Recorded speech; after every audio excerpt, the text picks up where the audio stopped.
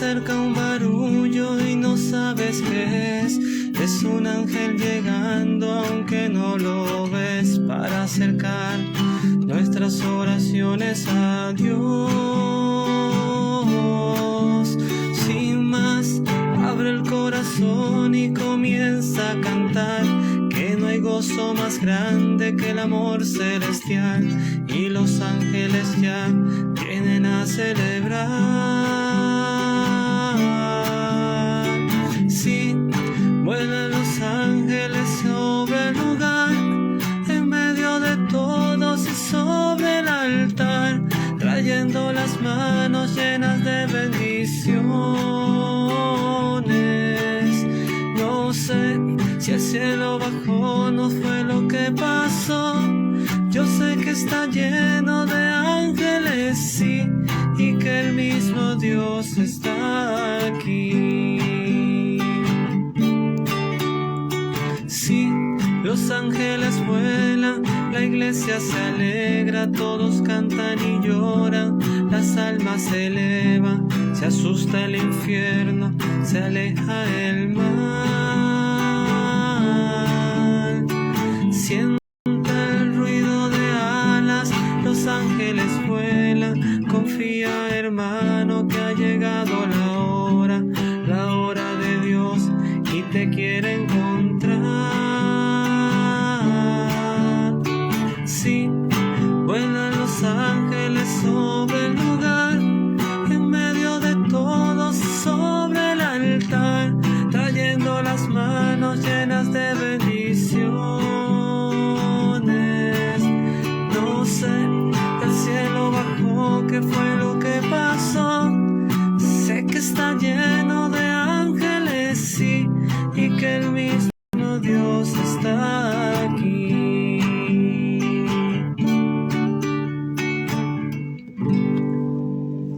Dice el Señor: yo les aseguro que el que diga a ese cerro, levántate de ahí y arrójate al mar, si no duda en su corazón y cree que sucederá como dice, se le concederá. Por eso les digo que todo lo que pidan en oración, crean que ya lo han recibido y lo obtendrán. Bueno, iniciamos en el nombre del Padre, y del Hijo y del Espíritu Santo este ratico de oración. Primero, dándole las gracias a Dios, me emociona este episodio de la Ruta de la Sanación que voy a hacer hoy, porque es la primera, bueno, es la segunda serie o temporada, por así decirlo, dentro de las múltiples plataformas que uso para Abrazando Nuestra Fe, que llega a su fin. Hoy es el episodio 27, es decir, 27 viernes, no continuos, pero 27 viernes he podido compartir esta experiencia de recorrer en los 4 evangelios momentos en los que Jesús ha sanado, ha curado a personas de diferentes dolencias físicas, espirituales, porque además hemos podido descubrir juntos, revelar juntos ese rostro de Jesús sanador de una manera integral. Y no solamente se trata de quitar dolencias físicas, de recuperar la vista, el habla, si era paralítico caminar, o sanar de enfermedades complicadas o difíciles, entre esas por supuesto el COVID, que ha estado por 2 años pues acompañando a toda la humanidad y que sigue ahí presente, sino que también con Jesús hemos descubierto esa mirada de amor, pero que también corrige, que nos invita a mejorar, a cambiar de dirección y de rumbo. Por eso este episodio de hoy es el último de la Ruta de la Sanación, pero no nos detendremos en la labor evangelizadora. Quienes escuchen esto por primera vez, pues nada, invitarles a seguir, bien sea por Instagram, también el canal de YouTube Abrazando Nuestra Fe, o si están interesados en formar parte de la comunidad que tenemos por los grupos de WhatsApp, o por el grupo de WhatsApp Abrazando Nuestra Fe, pues de manera privada nos solicitan el enlace y con mucho gusto se los comparto para que puedan formar parte de esta comunidad. Esto no está hecho con el fin de tener seguidores.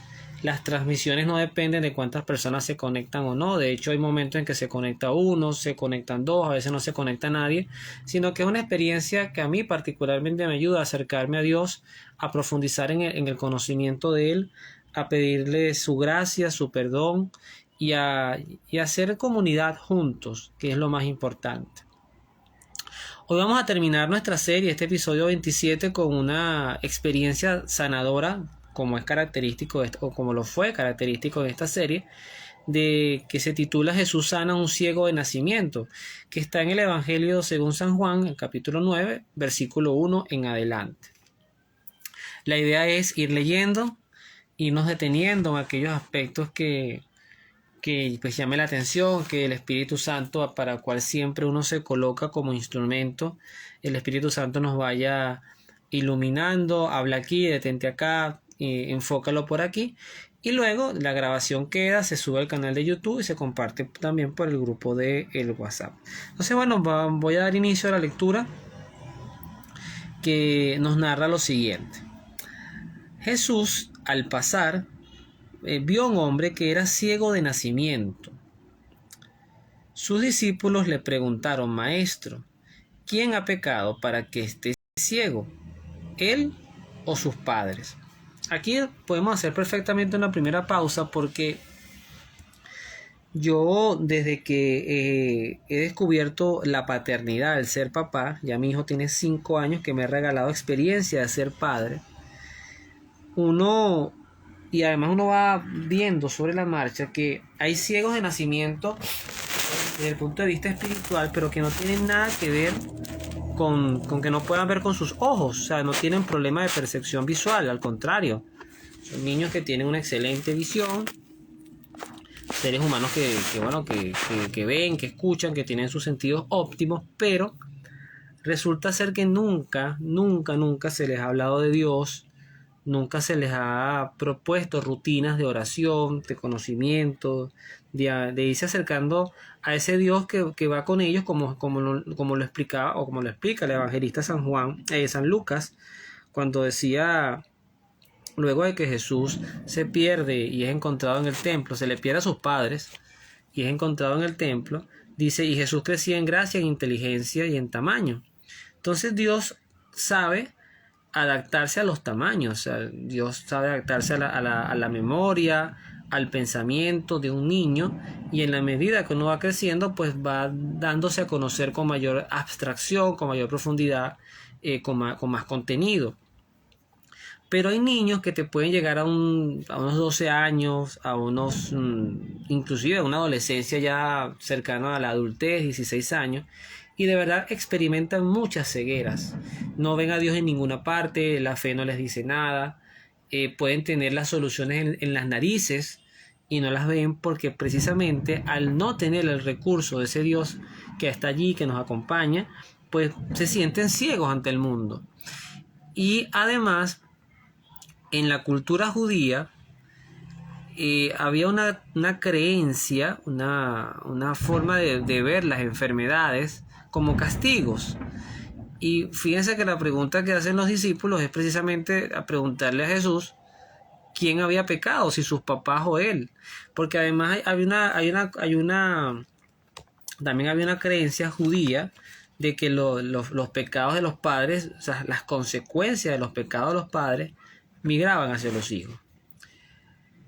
Yo en estos temas no me gusta tener conclusiones absolutistas, es decir, no, Jesucristo, Dios no castiga a nadie, no, eso Dios no es así, Dios es pura misericordia, Dios es puro amor. Yo no me meto por allí, porque en la palabra de Dios encontramos los dos argumentos. Podemos encontrar a un Jesús que cuando tiene que regañar, sancionar con dureza, por ejemplo con el discurso que le daba a los fariseos, a los saduceos, donde además inclusive les llegaba a decir que ni ellos iban a entrar al cielo ni le permitían a otros llegar. Jesucristo se dice que en la palabra, en toda la Biblia, es el que más habla del infierno. Entonces hay algo allí que es importante tener siempre a la vista, y además recordemos el episodio 26, el de la semana pasada, cuando estábamos hablando del paralítico de la piscina de Bethesda, donde Jesucristo le hacía una advertencia a este hombre sanado, que él le decía: ahora estás sano, pero no vuelvas a pecar, no sea que te suceda algo peor. Entonces ahí Jesucristo, en esa afirmación, esto es palabra de Dios, esto no lo estoy inventando yo, en el capítulo 5, versículo 14, él le dice: ahora estás sano, pero no vuelvas a pecar, no sea que te suceda algo peor. Quiere decir que si hay enfermedades que pueden ser producto de pecados, consecuencias. Yo siempre pongo el ejemplo del fumador con el cáncer, o el que le da un infarto porque, bueno, se excedía en el colesterol, en las grasas, se tapó las venas. O sea, hay cosas que nosotros nos vamos construyendo durante la vida. Pero aquí Jesús responde otra cosa. Volvamos al capítulo 9 de San Juan. Jesús les dice, esta cosa no es por haber pecado, dice Jesús. Ni porque haya pecado él, ni porque hayan pecado sus papás, sino para que unas obras de Dios se hagan en él y en forma clarísima. Es decir, que hay también personas, y esto sí es cierto, que han padecido terribles dolencias, han llevado cruces durante muchos años, como la mujer hemorroísa, que tenía muchos años, ahorita no recuerdo si eran 12, cuántos años era, pues tenía muchos años que estaba enferma. Y también tenemos el caso del hombre justamente de esta piscina de Bethesda, donde él tenía, dice el texto, 38 años enfermo. O sea, era una cantidad verdaderamente importante. Ahora bien, Jesucristo avanza y dice, mientras es de día tenemos que hacer la obra del que me ha enviado, porque vendrá la noche cuando nadie puede trabajar, y mientras yo estoy en el mundo soy la luz del mundo. O sea, Jesucristo empieza un poquito a profundizar más allá del mirar. ¿Qué es mirar? Vamos a meternos un poquito en este concepto. ¿Qué es ver? Ver es ver la luz. Yo ahorita que estoy haciendo esta transmisión, bueno, tengo la luz de mi cuarto encendida, la luz de la computadora que me apoya para hacer la transmisión. Hay muchas luces, y de hecho la mirada al ser humano, la visión del ser humano es este juego constante de luces. Donde no hay luz, donde no hay forma de recibir luz, pues sencillamente no hay visión, no percibes nada a nivel visual. De repente sí tocas, hueles, escuchas, pero no ves. Entonces Jesucristo se define a sí mismo como la luz del mundo.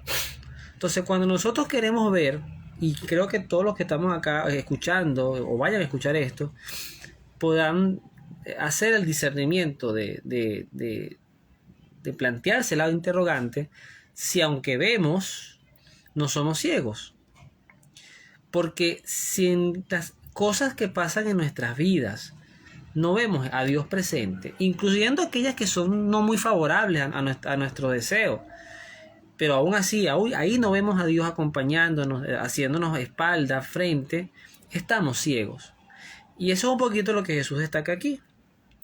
Una vez que Jesús explica esto, hizo un poco de lodo con la tierra y la saliva, untó con él los ojos del ciego y le dijo, vete y lávate en la piscina de Siloé, que quiere decir el enviado.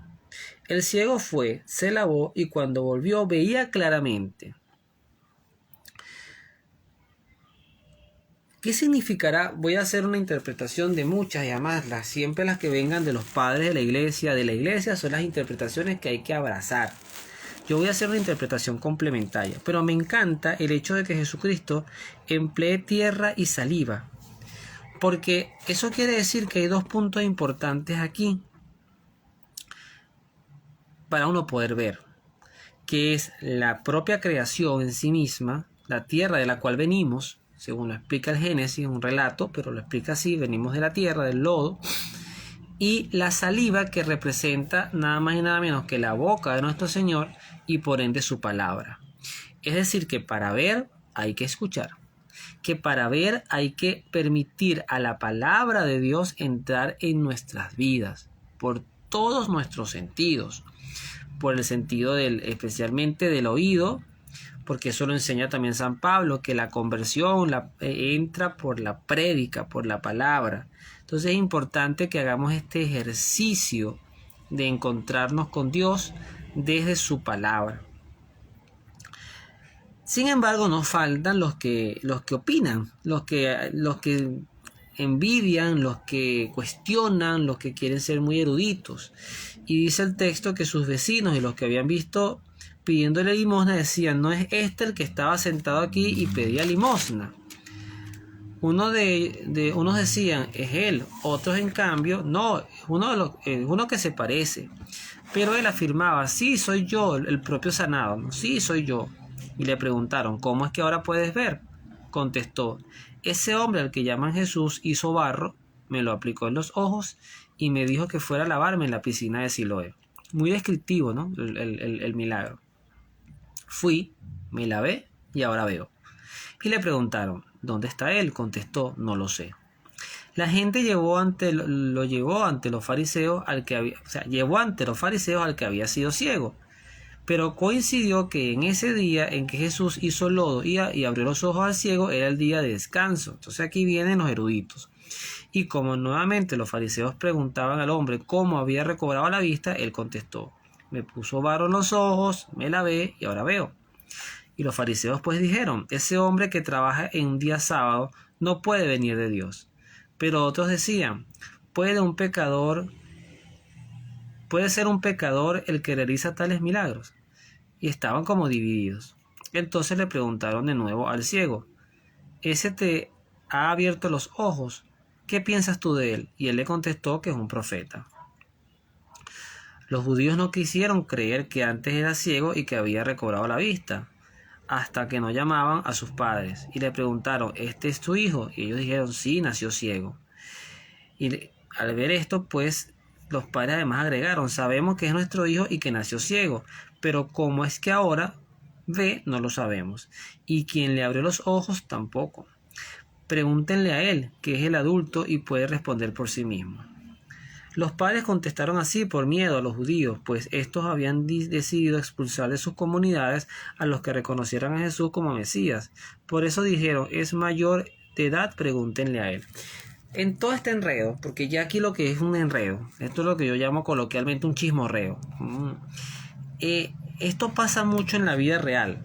Hay personas que van haciendo el bien y en vez de agradecerles ese bien, lo que vamos es como cuestionándole el bien. Y además le buscamos las 5 patas al gato. La persona es eficiente en su trabajo, en su vida, en su familia, pero hay que buscarle algo porque no puede ser que sea tan bueno. O sea, bueno no es.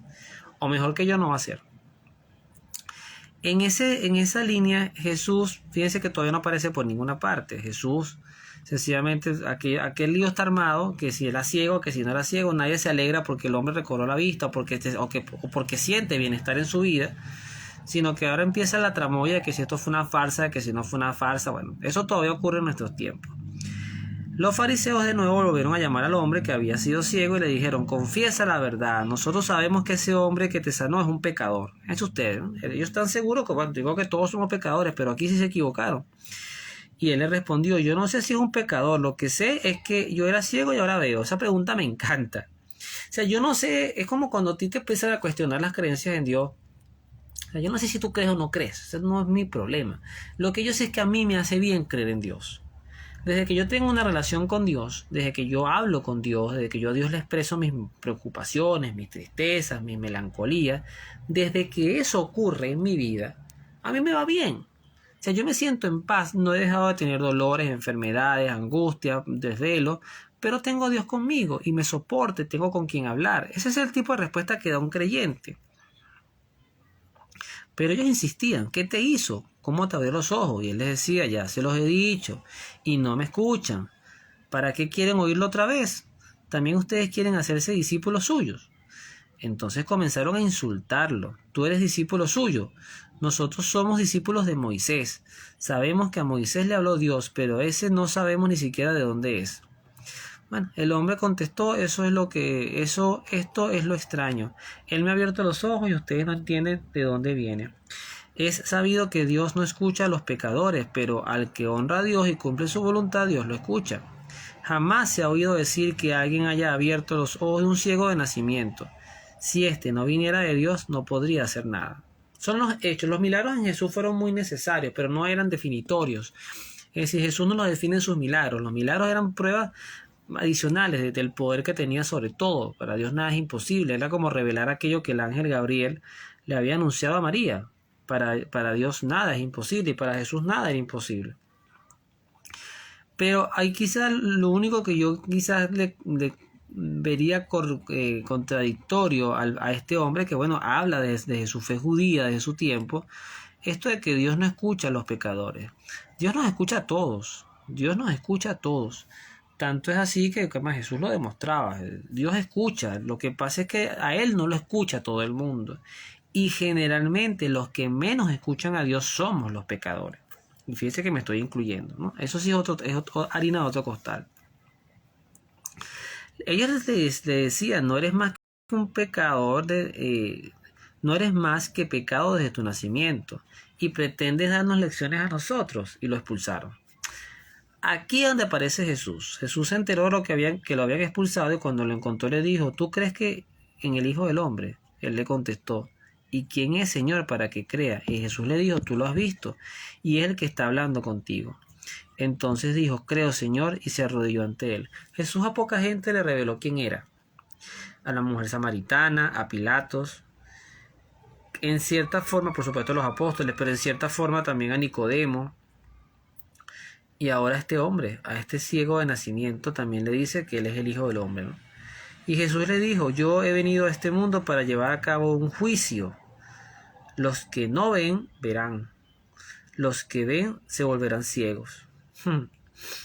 Al oír esto, algunos fariseos que estaban allí con él le dijeron, ¿así que también nosotros somos ciegos? Jesús les contestó, si fueran ciegos, no tendrían pecados.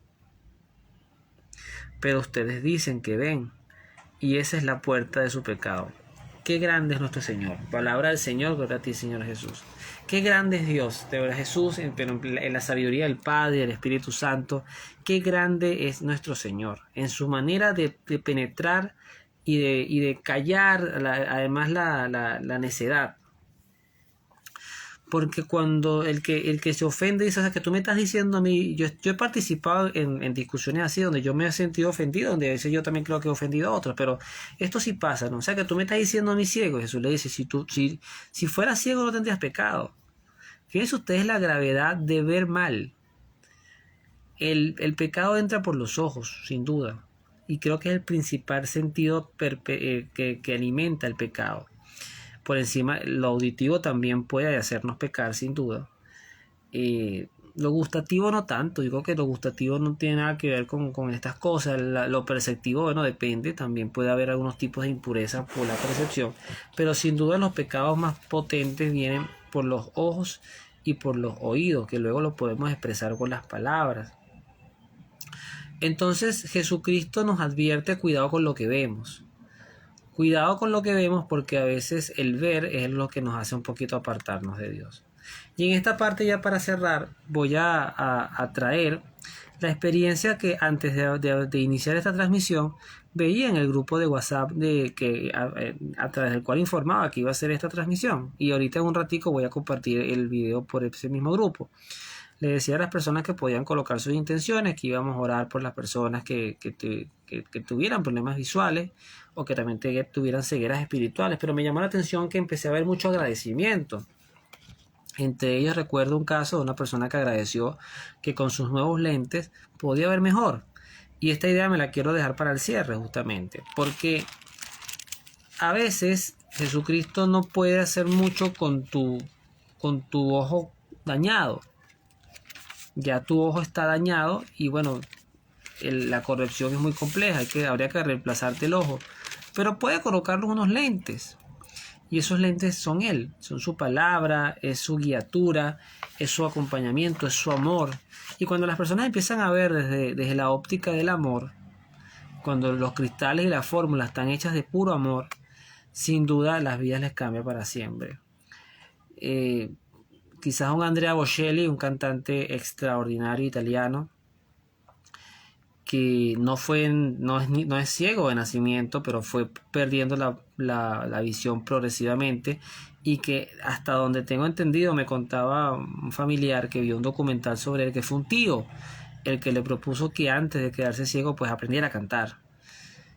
Y Andrea Bocelli no sería quizás lo que hoy es, si no hubiese pasado por esa transición entre perder la vista para recobrar la verdad, para encontrar un potencial en su propio cuerpo, en su voz, en su oído, en su familia, que también tiene sus hijos. Entonces, sin duda, aquí lo más importante es Dios. Y oro por todos los que puedan ver esto. Le pido a Jesús intercesión para aquellos que tengamos cegueras todavía espirituales, para que no veamos verdades donde las hay, o para que para que nos quitemos esos sofismas o esas falsas verdades que vemos donde no son verdades, donde tú no estás, Señor, y también por las personas que tienen, bueno, literalmente problemas físicos de visión, glaucoma, miopía, hipermetropía, ceguera, cataratas. Pues bueno, si con tu poder, Señor, y es tu voluntad para el bien de esas personas, les puedes sanar. Yo sé que puedes, pero les quieres sanar, pues que esta pequeña oración sirva de intercesión para ellos. Y terminamos con nuestro tradicional Salmo 138. Antes de terminar, pues de verdad agradecer a Dios principalmente esta serie. Esta serie para mí fue muy enriquecedora. Hoy termina y además me contenta terminar. Es importante culminar proyectos para iniciar otros. Ya que vamos a tener para el próximo viernes, no lo sé. Algo tendremos. Ya Dios nos irá dando luces. Haremos quizás la ruta de la conversión. Quizás retomaremos a un proyecto que estoy diseñando para quizás septiembre, octubre, que es retomar algo que ya venía haciendo, que se llamaba Opinión de un Laico, y compartir noticias de la semana, cualquier cosa. Créanme que mientras Dios me dé vida y salud, lo importante aquí no soy yo, ni seguirme a mí. Por eso tercericé la labor pastoral en un ministerio que se llama Abrazando Nuestra Fe, porque la idea es que esto quede ya cuando uno no esté. Y sea mi hijo, sea cualquier persona, bueno, o esto termine como tenga que terminar, pero que quede allí como recurso, como riqueza para nuestra amada Iglesia Católica. Así que gracias, de verdad, por Dios, por esta experiencia. Y bueno, terminemos diciendo: te doy gracias, Señor, de todo corazón. Salmo 138, entre paréntesis 137. Te doy gracias, Señor, de todo corazón, pues oíste las palabras de mi boca. Canto para ti en presencia de los ángeles y me postro ante tu templo santo. Doy gracias a tu nombre por tu amor y tu verdad, pues tu palabra ha superado tu renombre. El día en que clamé me respondiste y aumentaste la fuerza en mi alma. Te doy gracias, Señor, todos los reyes de la tierra, cuando oigan las palabras de tu boca. Celebrarán los caminos del Señor, es muy grande la gloria del Señor, desde arriba el Señor ve a los humildes y de lejos dice: